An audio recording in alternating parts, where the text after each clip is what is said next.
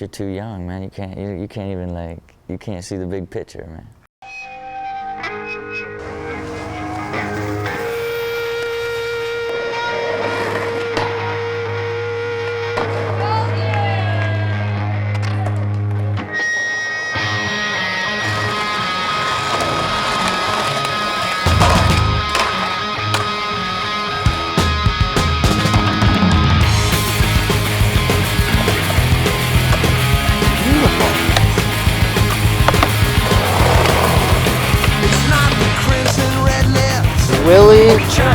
Sanchez. My film, We Are Skateboarders, while it was a very highly exposed skateboarding documentary, was actually the second highest viewed skateboarding documentary, right under Dogtown and the Z-Boys. It was definitely not a commercial success. I think I've made $25,000 at most over the past 16 years since it came out in November 2010. You'll hear it in therapy or the realm of mental health or trying to reframe things as like, how do you define success? For me, like, I'll go all over the place, back and forth here and there about like how I fucked up. It's not that devilish smile or jet black hair or how she's ready. But the truth is that over time, I have to take in consideration, which I've gotten substantially better at, of the fact that I did have undiagnosed bipolar disorder.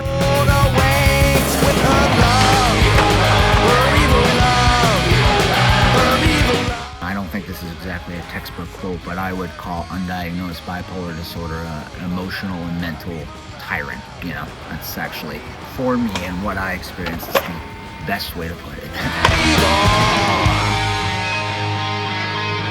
Fuck yeah, dude.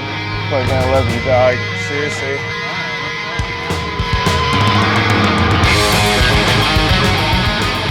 It sucks, because when I look back at that experience, I actually feel nothing but hatred, not just for the experience in general, but actually towards myself.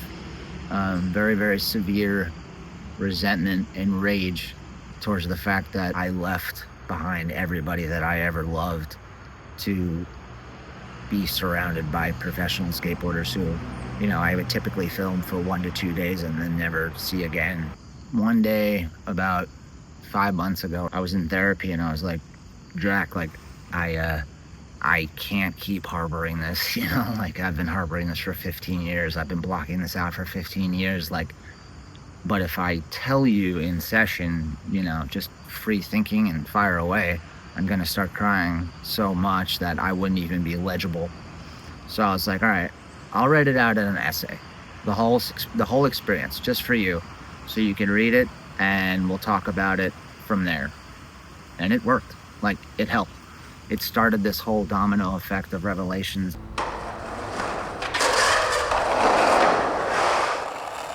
Skateboarding is one of the few real things left in this world, and we are skateboarders.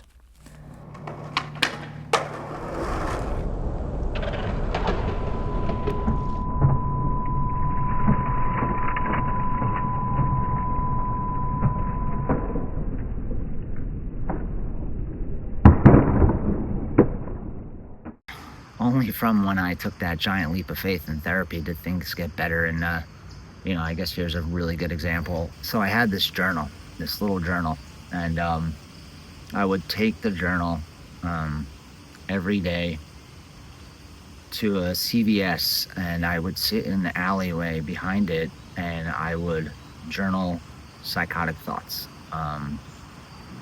You know, I was in and out of a state of psychosis and just in a constant state of manic depression.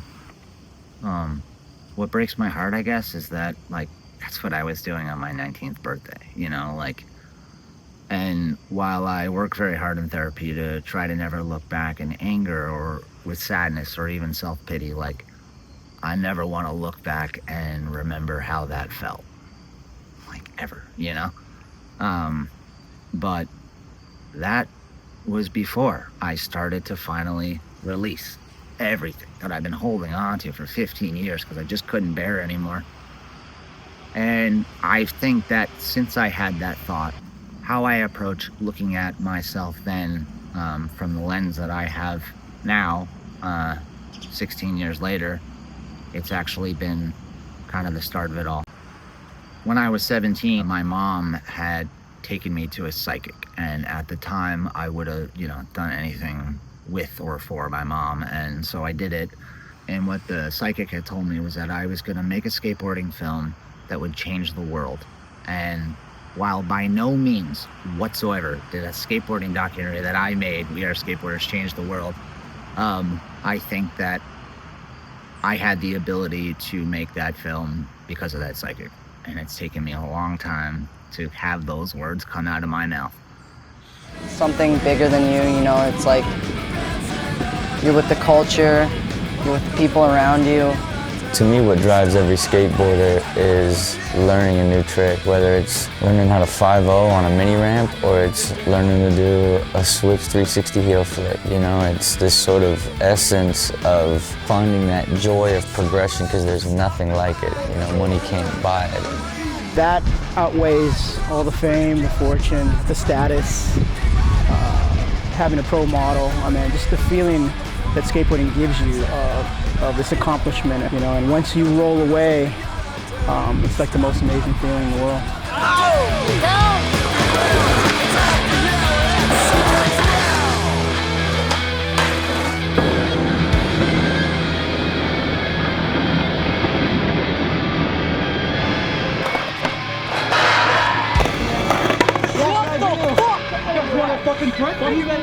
Stay back, it's skateboarding. To most of society, it doesn't even make sense. No one's supposed to be on this property whatsoever.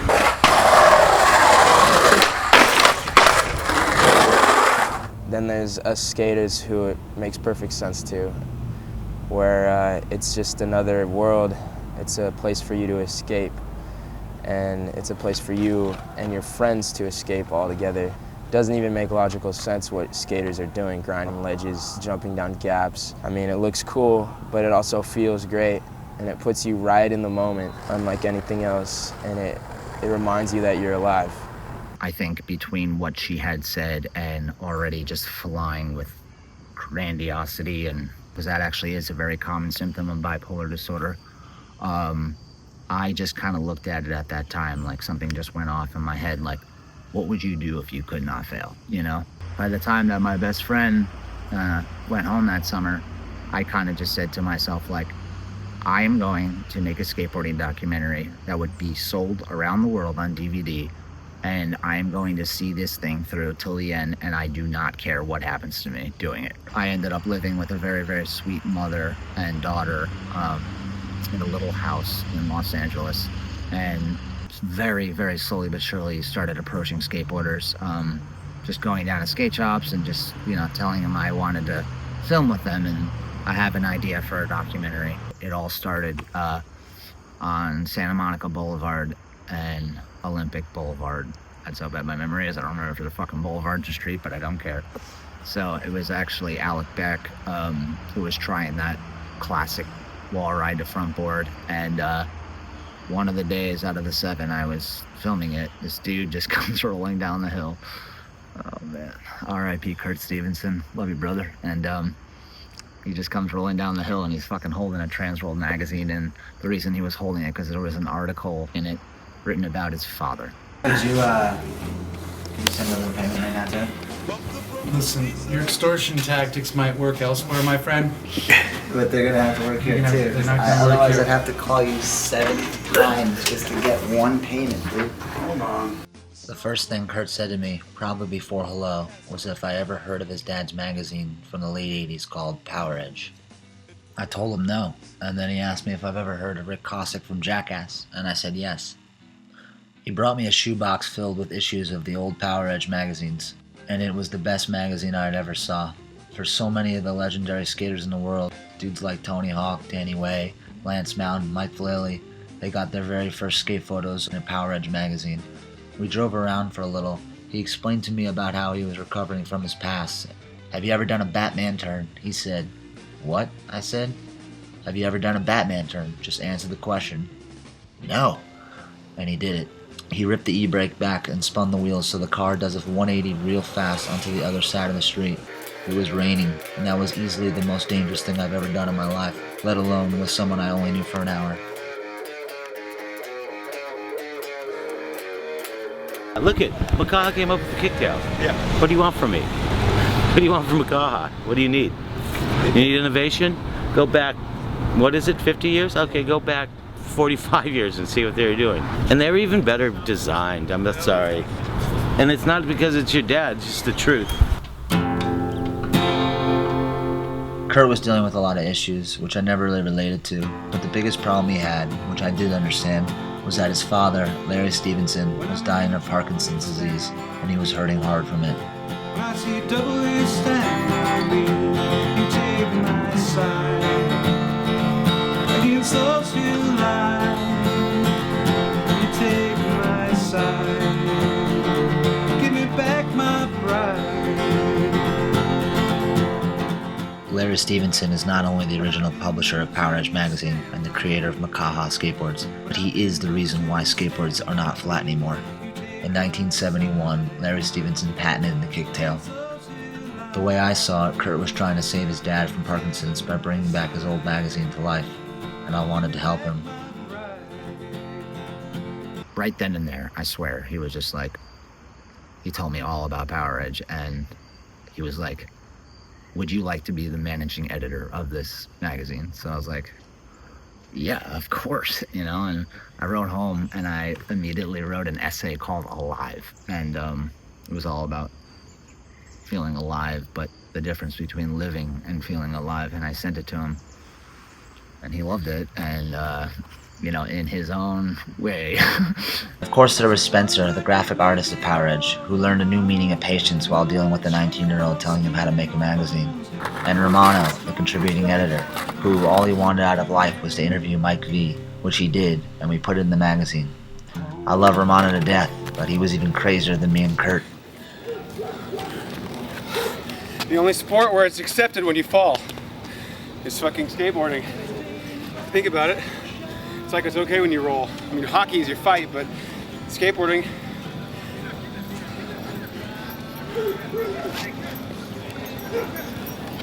Fuck yeah, Romano. The craziest thing about the whole thing is that I didn't even get a cent for making the magazine until the third issue, when I demanded $300 a month if they wanted me to continue. About 3 months working into the mag, I contacted Jake Brown through the Power Edge's MySpace, and he was so down for Power Edge. We met up at the Roosevelt Hotel on the Hollywood Strip, and in one night, it seemed like every door started to open for me. Once I got the sponsorship from Power Edge magazine, as far as skateboarding goes and the skateboarding industry, and my ability to just walk up to or call a professional skateboarder, I had no problem, more or less, getting any interview I wanted from any professional skateboarder. Legends or the hot kid at the time. Welcome back to The Daily Habit, presented by Verizon Wireless. Guest host Will Tan here with filmer, editor Ben Duffy, and pro skateboarder Sammy Baptista. Welcome to the show. Yeah. Welcome back, Thanks Sammy. for having us. How you guys been?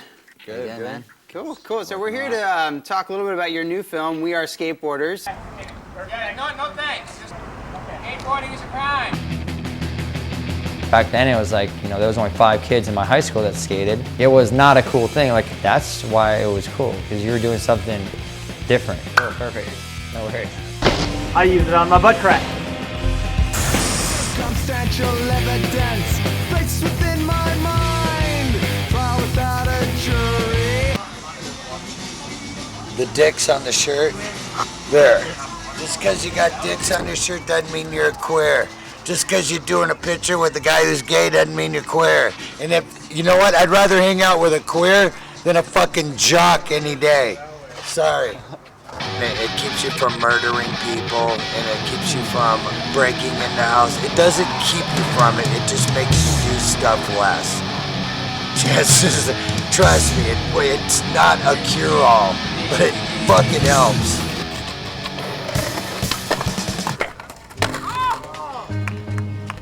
Still helps so much. Give you that support and that sort of esteem, like, all right, someone's behind this, let's do it. Jake Brown, like, oh, I'm so down for Power Edge, you know, and then I met up with him, and then that night at the Roosevelt Hotel, like, interviewed Sean Sheffield and Griff Berg, and calling McKay. Like, I don't know. I met Rob Dyrdek that night. Like, Rob, you down to do this? He's like, And they're all in. He's like, dude, Power Edge, like, that was like one of the greatest things in my life. Yeah. Like, you know? It felt like, honestly, day by day, as I got further and further along into making the film, my symptoms just became so much worse. Like, maybe not day by day, but, you know, noticeably week by week. And when you have no idea what's going on with you because you have undiagnosed bipolar disorder and you have nobody with any professional expertise to tell you what is actually happening to you, it's fucking scary. Like, it's absolutely traumatizing. And I think, I'm no psychiatrist or therapist, but I think what makes it even more traumatizing is the fact that you're fighting it. Like, you're holding back all your fear and you're not telling anybody about it, you know? Like, blocking it out every day, because it's just like, if I stop to think about what the fuck I'm feeling right now and thinking right now, I'm like going to crawl in a corner and hide and just drop everything and just cry and cry and cry and just like one day come out of it. I hardly ate for 2 years. Like, it was, you know, oh, you're not starving when you're holding a camera, you're starving when you're done. Like, I guess, but like, you know, that's like what people say about it to try to make it sound cool. But like, I'm telling you right now, there was nothing cool about it. You know, there was this one time with one of the very, very, very few skateboarders that I did become close with, substantially close. He really felt like a brother to me. He was just like, Ben, when you get hungry and you don't have enough to eat for the day, have a little bit of salad and a Snickers and do not think about anything else. And it helped. Like, it helped. I think that that power of denial of just like, if I were to dwell every day about how hungry I was all day or any given time of that day, this film would have never been made, because I would have just, that's all I would have focused on, given how little I was eating. I got it in my mind, my backbone is leaning there. I even had it set up for the invert. See that? I took the pliers and I got my girls' underwear tucked in for padding, so I could do a hand plant.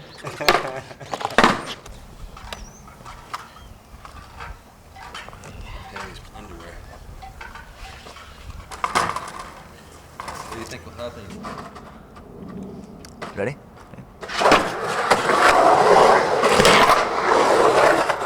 I do think about, more specifically, times that actually weren't painful at all. And it's peculiar because, like, for instance, like, one night I was riding the bus home from Santa Monica. By the way, I was living on Pico Boulevard, very close to the whole trendy Fairfax District bullshit. And there was a really nice dude on the bus, and he had a skateboard. And Chris actually ended up being my very first friend that I made in LA.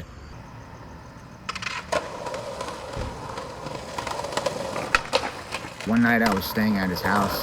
He was actually living with his mom at the time. You know, we were 19. His cousin came home, and who was a Crip.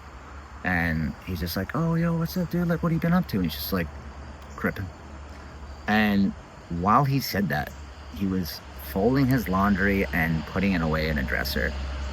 And I just, even then, I felt like it was such a human moment for me to experience. Like, you got this like super hard body dude in one of the most dangerous gangs in America, and he's just folding his clothes and just probably just trying to find peace of mind like everybody else. And when I look back, like, that's actually a beautiful memory for me. Like, or the time that I was on Skid Row, I was embarking on making a documentary about homeless people. I had told my mom, because you sold the house and because my dad's gone, I know I'm going to end up homeless too. And I wanted to try to feel closer to how homeless people felt. So I said to myself, every day I'm not filming for We Are Skateboarders, I'm gonna go down to downtown LA and interview homeless people and just film in general. And you know, I would give them $1 because that was all I had to leave enough for me to ride the bus home.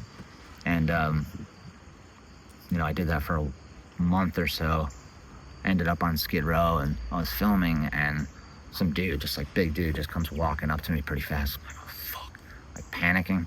And he was like, no, dude, I'm not gonna hurt you, but like, I'm just letting you know, like, there's some dudes down there who like told me they're coming to kill you and rob your camera. I was like, oh my God, like, thank you. Like, I just packed up my fucking camera all quick and just fucking bolted out of Skid Row. And, you know, again, like, when I look back, that's such a beautiful memory of mine, because when I look back to that dude, I have nothing but the warmest memory. And like, the paradox of it all is like, those are the beautiful memories, and 90% of the memories that I have of filming the professional skateboarders were actually the painful ones. For me, it was just like, you know, I would feel so elated, you know, filming them, and especially when they landed the trick and I filmed it well and everybody was fucking hyped. You know, I wasn't the only one that was elated. It was weird because it wasn't even like a manic or depressed feeling. It was kind of just like almost balanced within a state of elation, just like feeling like just like everybody else. I don't give a fuck who you are, what you're going through, or what your condition is. Like, just calmness because you feel like you've achieved something. And like, it was really special. And I would get back on the bus to go home just like that. I'd be like, I want to fucking kill myself right now. And that's how those bus rides went every day for 2 years.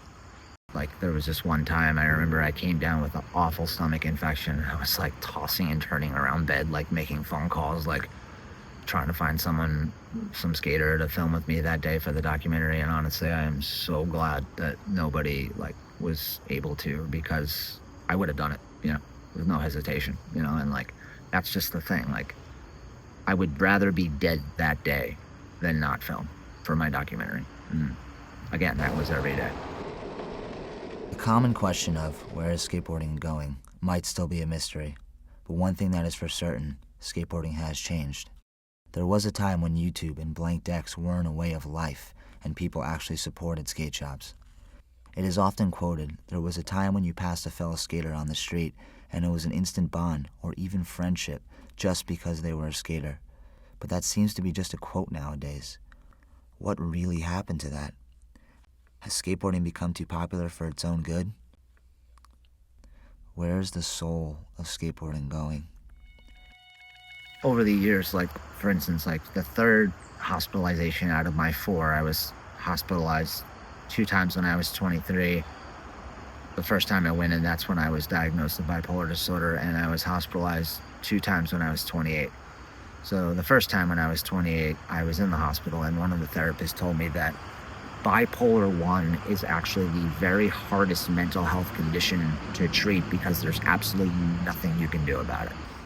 You know, I like rarely drank, and maybe chalk it up to like 40 times in 2 years. And I smoked weed some, yeah. I mean, I was never really that big into it or did it that frequently, but weed more so than alcohol. And, you know, I virtually had no female intimacy the entire time until the last month of filming.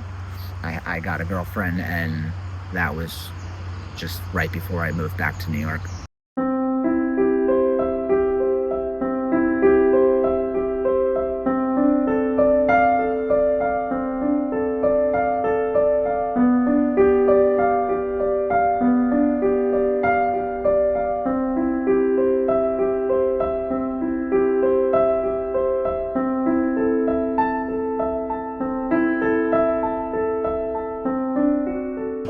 No matter how many people I was surrounded by, in my heart, I was living in sheer isolation. You know, my parents were out of the picture in their own very unique ways, and that's all I'm going to say about that. But it's crazy. Like, man, like, after I wrote that essay, I had wrote out every ounce of fucking blood and pain that I felt at that time. And it was weird because a week later I came to my therapist and I was like, you know, man, like, I realized that actually, like, the most painful part of it is this thing that I didn't write in the essay because I still was blocking it out. And, you know, like I said, my parents were out of the picture, and I just thought to myself, like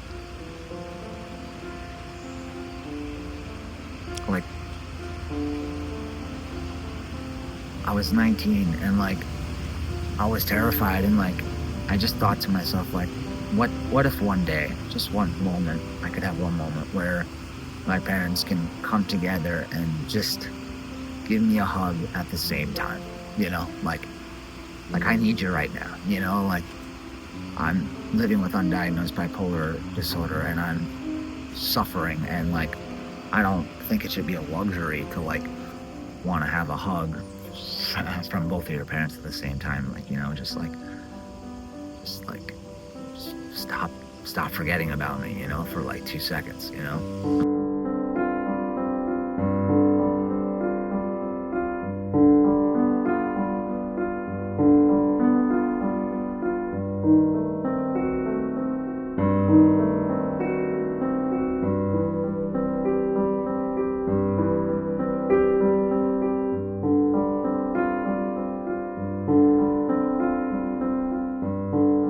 Go out and fuck shit up, you know?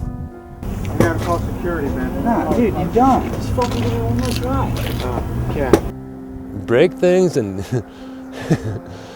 and break, you know, and skate where we're not supposed to skate, and skate how we're not supposed to skate. Eventually, again, like that thought started to kind of fall to the wayside. I'm serious, man. Like the essay and all these revelations since, it's like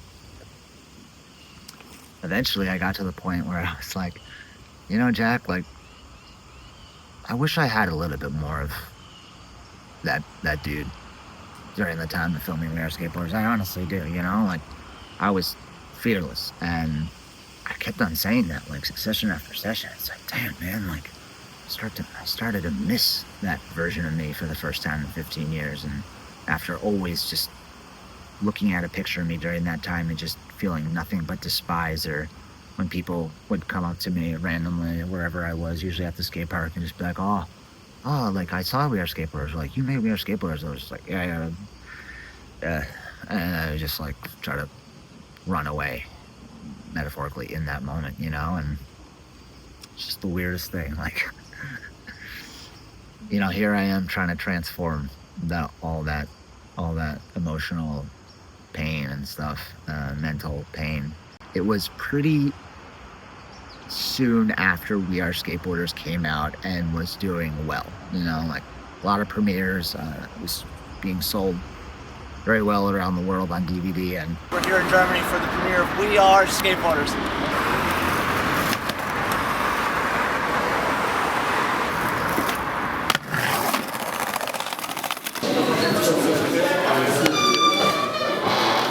What up, dog? Same. Yeah. He's filming. This is so loud. I was just like, you know, I was showering like maybe 4 times a week, like usually 3, and like throughout December to fucking all, you know, the end of summer or whatever.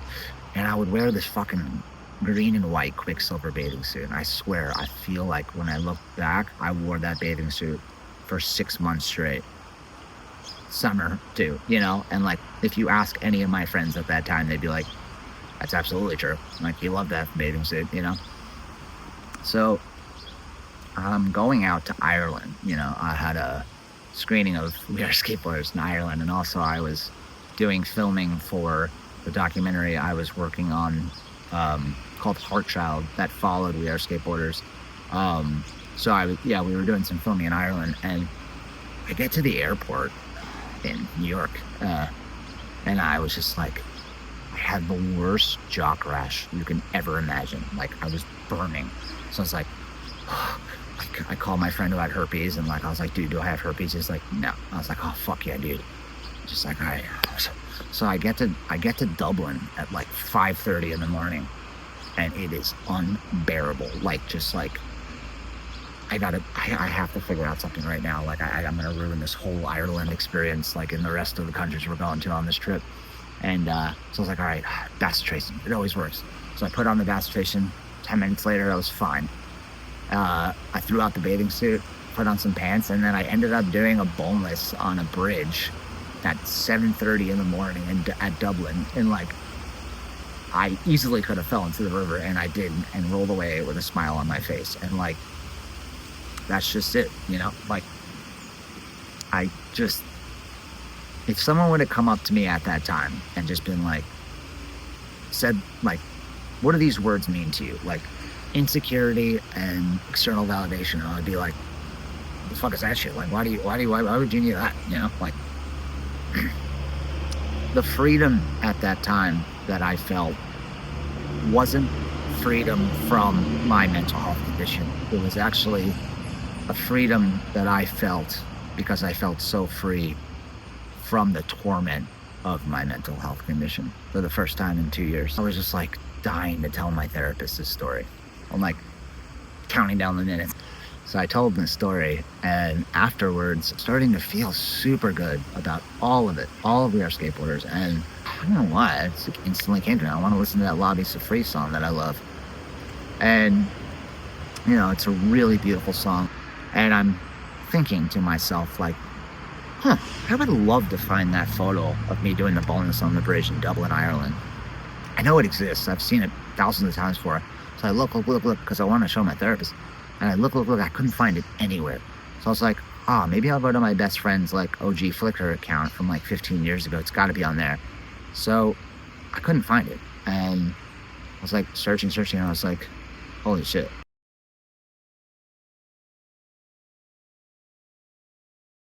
And I found a picture of me about a quarter of the way into filming We Are Skateboarders. This first year I was developing bipolar disorder.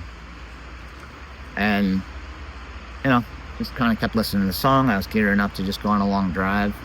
And so I get in my car, and just for some reason, I just listen to that song over and over again. I was like, I want to take a look at that photo again. I don't know why.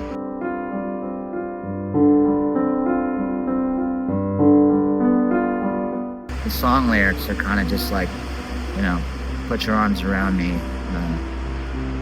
After all these years, I still adore you. I need you more than ever, love you till forever. And it's just like, I'm sitting there like, I had just been saying for the first time in 15 years, you know, in the last couple of months, like, I wish I had more of him, you know, I really do. So, you know, in that lyric, like, put your arms around me, like, I thought for a second, like, it reminds me of that moment when I just wish my parents could hug me at the same time, you know? And I thought, like, no, this isn't about my fucking parents right now. This is about me.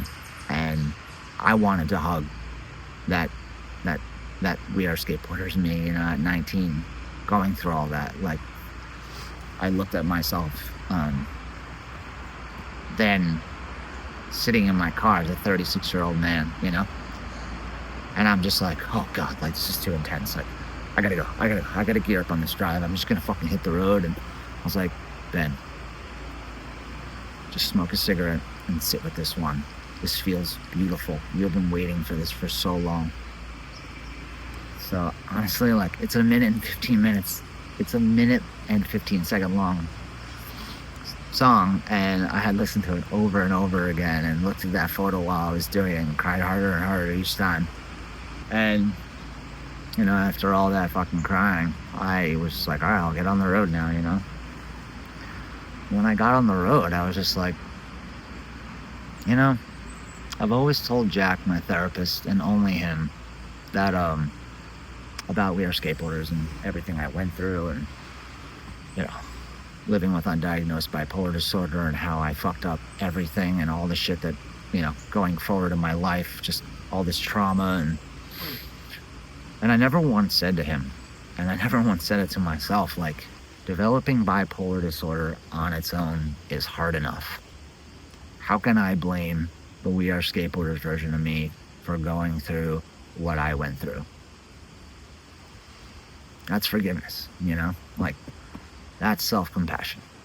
And I just thought, like, I did it all on my own, you know? Like, no parents, no psychiatrists, no therapists.